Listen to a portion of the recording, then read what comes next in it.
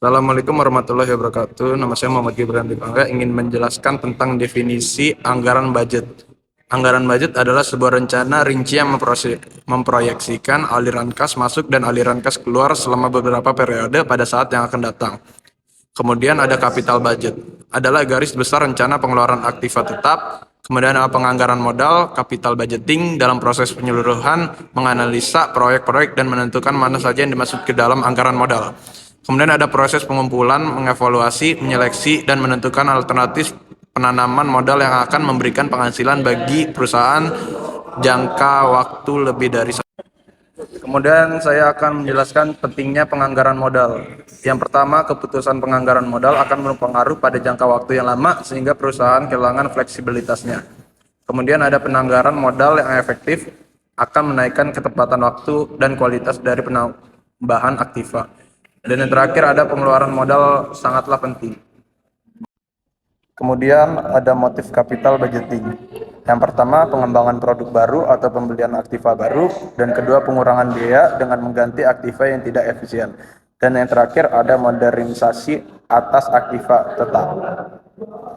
Kemudian ada jenis-jenis keputusan penganggaran modal. Yang pertama, penambahan dan perluasan fasilitas. Yang kedua, produk baru. Yang ketiga, inovasi dan perluasan produk. Yang keempat, ada pergantian pabrik atau peralatan usang. Peralatan usang itu dalam arti kata peralatan yang sudah tidak layak untuk dipakai. Penggantian pabrik atau peralatan lama dengan pabrik atau peralatan yang lebih efisien. Yang kelima, ada penyewaan atau membuat atau membeli. Keenam, ada penyesuaian fasilitas dan peralatan dengan peraturan pemerintah, lingkungan, dan keamanan. Dan kemudian yang terakhir ada lain-lain keputusan seperti kampanye iklan, program pelatihan, dan proyek-proyek yang memerlukan analisis arus kas keluar dan arus kas masuk. Kemudian ada prinsip dasar proses penganggaran modal. Perusahaan harus menghasilkan keluaran atau penyelenggaraan kegiatan bisnis sedemikian rupa sehingga hasil imbuh produk sama dengan biaya imbuhnya. Ya, saya Asep Teguh ingin menjelaskan slide berikutnya. Yaitu ada jenis proyek. Jenis proyek yaitu independent project, proyek atau investasi yang berdiri sendiri, tidak akan mempengaruhi usulan proyek lainnya. Kedua, ada mutually exclusive project, proyek yang memiliki fungsi yang sama dengan memilih suatu proyek yang akan menghilangkan kesempatan proyek yang lainnya. Ketersediaan dana. Jika dana tidak terbatas, maka perusahaan dapat memilih semua independent project yang sesuai dengan expected return yang diharapkan. Kedua, jika dana terbatas, maka perusahaan perlu melakukan capital rationing dengan mengalokasikan dana hanya pada proyek yang memberikan return maksimal. Proses capital budgeting, itu ada 5 bagian. 1, pembuatan proposal.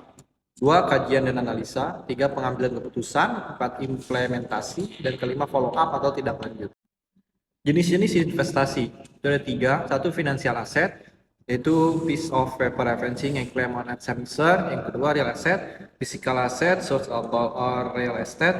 Yang ketiga, ada market securities, itu financial asset that are easily and complete that organized markets. Saya Juprianus Jebua ingin menjelaskan slide berikutnya. Rasionalisasi modal. 1, independent project, yakni proyek yang cash flow-nya tidak berhubungan atau tidak tergantung di antara satu proyek dengan proyek lainnya. Penerimaan atas salah satu proyek dengan alasan tertentu tidak akan mengeliminasi proyek lainnya. 2, mutually exclusive project adalah proyek yang memiliki fungsi yang sama dan bersaing satu sama lainnya. Penerimaan suatu proyek akan mengeliminir proyek lainnya yang setara. Selanjutnya, cash flow dan metode investasi. 1, initial investment. Initial cost of new asset plus installation cost after tax process from sale of sold asset. 2, cash flow. Setiap cash flow dari suatu proyek memiliki pola konvensional karena di dalamnya terdapat 3 komponen dasar, yakni 1, investasi awal, 2, cash inflow, dan 3, terminal cash flow. Menurut Bambang Rijanto 1995, setiap usul pengeluaran modal selalu mengandung 2 macam aliran kas. cash flow, yaitu satu aliran cash, kedua net outflow of cash, yaitu yakni diperlukan untuk investasi baru. Dua aliran cash masuk neto tahunan net annual inflow of cash sebagai hasil dari investasi baru tersebut. Yang ini sering disebut net cash process atau cukup dengan istilah proses. Kemudian rumus cash flow. Cash flow EBIT 1 minus T plus depresiasi, di mana EBIT laba sebelum bunga dan pajak, T sama dengan pajak penghasilan perusahaan, debt sama dengan beban penyusutan. Rumusan tersebut berlaku untuk perusahaan yang tidak memiliki hutang. Apalagi perusahaan memiliki hutang, maka rumusnya adalah cash flow sama dengan N1 plus debt plus RD 1 minus T, di mana N1 sama dengan net income, RD sama dengan interest expense, biaya bunga bank. Dan selanjutnya metode evaluasi kelayakan rencana investasi. 1. Payback period. Payback period adalah target waktu yang dibutuhkan oleh perusahaan untuk mengembalikan investasi awal yang diperhitungkan dari cash inflow. Selanjutnya adalah contoh NPV. Yang pertama, perusahaan ABC akan melakukan investasi terhadap proyek A dan proyek B. Kedua proyek tersebut merupakan proyek independen dan mutually eksklusif. Investasi dikeluarkan pada awal tahun pertama. Yang kedua, diketahui discount rate 10%. Yang ketiga, adapun aliran kas bersih dari masing-masing proyek. Selanjutnya, net present value CFT sama dengan net cash flow dalam kurung prudence pada tahun ke strip T. K sama dengan tingkat diskonto. T sama dengan lama waktu atau periode berlangsungnya investasi. IO sama dengan initial outlays dalam kurung nilai investasi awal. Nah, setelah kita selesai menghitung NPV dari proyek A dan proyek B, kemudian kita masukkan ke dalam tabel tahun pertama, tahun kedua, sampai tahun kelima dari proyek A dan proyek B, kemudian dijumlahkan hasilnya.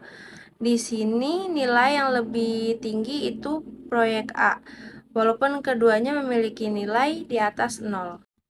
Selanjutnya kita tinggal menjawab dengan menggunakan rumus yang tadi sudah dijelaskan oleh teman saya.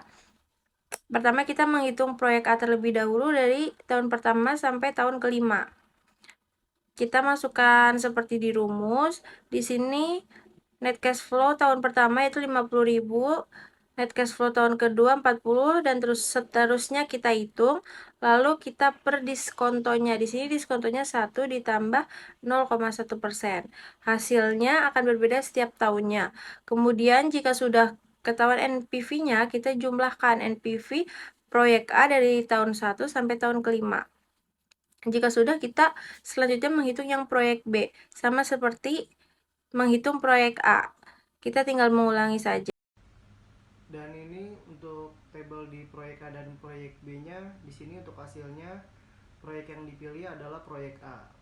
Karena proyek A ini memiliki tingkat rate of return-nya lebih tinggi dibandingkan dengan proyek B. Selanjutnya saya akan menjelaskan sedikit tentang internal rate of return atau IRR.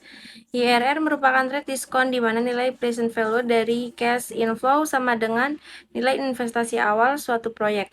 Dengan kata lain, IRR adalah rate diskon di mana NPV dari proyek tersebut adalah Rp0.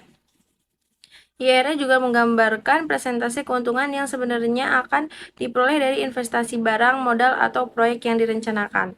Kriteria penerimaan proyek investasi dengan menggunakan metode internal rate of return adalah apabila IRR yang dihasilkan lebih besar dibandingkan cost of capital. Sebaliknya, apabila lebih kecil dibandingkan cost of capital, proyek tersebut ditolak. Ya, nama saya Rik Alfawazi. Untuk selanjutnya saya akan menjelaskan yaitu contoh IRR. Perusahaan ABC akan melakukan investasi terhadap proyek A dan proyek B. Kedua proyek tersebut merupakan proyek independen dan mutually eksklusif. Investasi dikeluarkan pada awal tahun pertama. Adapun aliran kas bersih dari masing-masing proyek sebagai berikut. Untuk sebelahnya itu yang ini di sini ada contoh gambarnya dari tahun pertama terus proyek A dan proyek B. Untuk cara perhitungan contoh IRR yang tadi, di sini ada 4 cara, yaitu di 20%, diskon rate di 21%, dan 18% dan 23%. Dan ini untuk contoh perhitungannya yang di 20% dan 21% seperti ini. Dan ini untuk perhitungan di 18% dan 23% untuk contoh perhitungannya seperti ini. Dan ini untuk hasil perhitungan di proyekannya itu di sini pertama menggunakan interpolasi untuk mencari present value aliran kas sebesar 100.000 di antara Rp95.502 dengan Rp104.047. Untuk IRR proyekannya itu ada 18%, ditambah Rp104.047 dikurang Rp100.000 dibagi Rp104.047 dikurang Rp95.502 dan di sini 5% semuanya.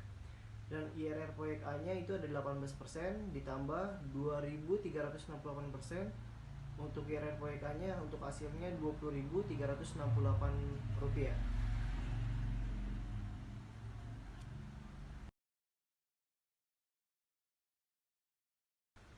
Untuk selanjutnya itu untuk perhitungan di proyek B nya itu menggunakan diskon rate sebesar 14%. Di sini PV cash flow B-nya untuk hasilnya Rp98.844. Untuk diskon rate sebesar 13%-nya untuk hasilnya Rp101.587. Untuk contoh perhitungannya seperti ini. Untuk selanjutnya ini untuk menggunakan interpolasi untuk mencari present value aliran kas sebesar 100.000, diantaranya itu ada Rp98.844 dengan Rp101.587. Untuk IRR proyek B nya itu sama dengan 13% ditambah Rp101.587 dikurang Rp100.000 dibagi Rp101.587 dikurang Rp98.884. Untuk sebagian sini ada 1%. Dan IRR proyek B nya itu ada 13% ditambah 0,579%. Untuk hasil IRR proyek B nya itu ada di Rp13.579.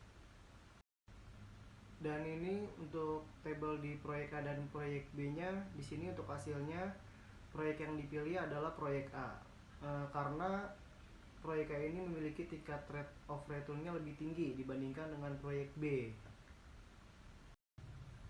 Untuk selanjutnya yang terakhir itu ada di perbandingan metode capital budgeting. Untuk metodenya itu di sini ada 3, payback period, NPV, dan IRR. Untuk payback periodnya itu di proyekannya selama 2 tahun 4 bulan, untuk di proyek B nya selama 3 tahun 5 bulan.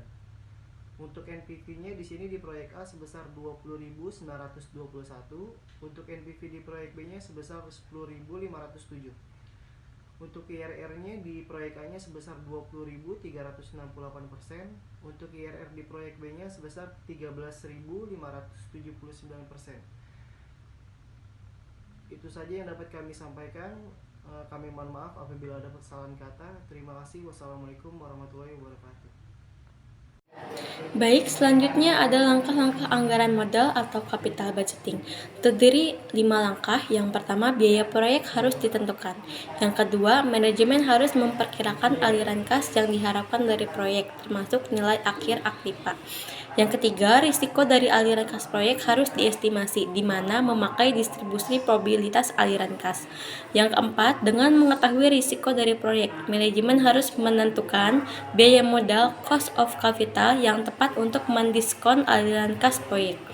Yang kelima, dengan menggunakan nilai waktu uang, aliran kas masuk yang diharapkan digunakan untuk memperkirakan nilai aktiva. Sekian presentasi dari saya dan akan dilanjutkan oleh rekan saya. Assalamualaikum warahmatullahi wabarakatuh. Perkenalkan, nama saya Alpia. Saya akan melanjutkan mengenai presentasi kami. Baik, di sini saya akan bahas mengenai tahap-tahap anggaran modal atau capital budgeting. Terdiri ada 8 tahap. Yang pertama yaitu ada ide atau gagasan suatu proyek atau investasi. Yang kedua, biaya proyek atau nilai investasi harus ditentukan. Yang ketiga, pengelola harus dapat menentukan struktur modal. Yang keempat, manajemen harus menentukan biaya modal. Yang kelima, manajemen harus memperkirakan arus kas yang diharapkan dari proyek, termasuk nilai akhir dari aset. Yang keenam, risiko arus kas proyek harus diestimasi, di mana menggunakan distribusi probabilitas arus kas. Yang ketujuh, dengan menggunakan nilai waktu uang, arus kas masuk yang diharapkan digunakan untuk memperkirakan nilai properti. Yang terakhir, yang kedelapan, menilai kelayakan proyek atau investasi dengan mempertimbangkan nilai sekarang dari arus kas yang diharapkan dibandingkan dengan biaya.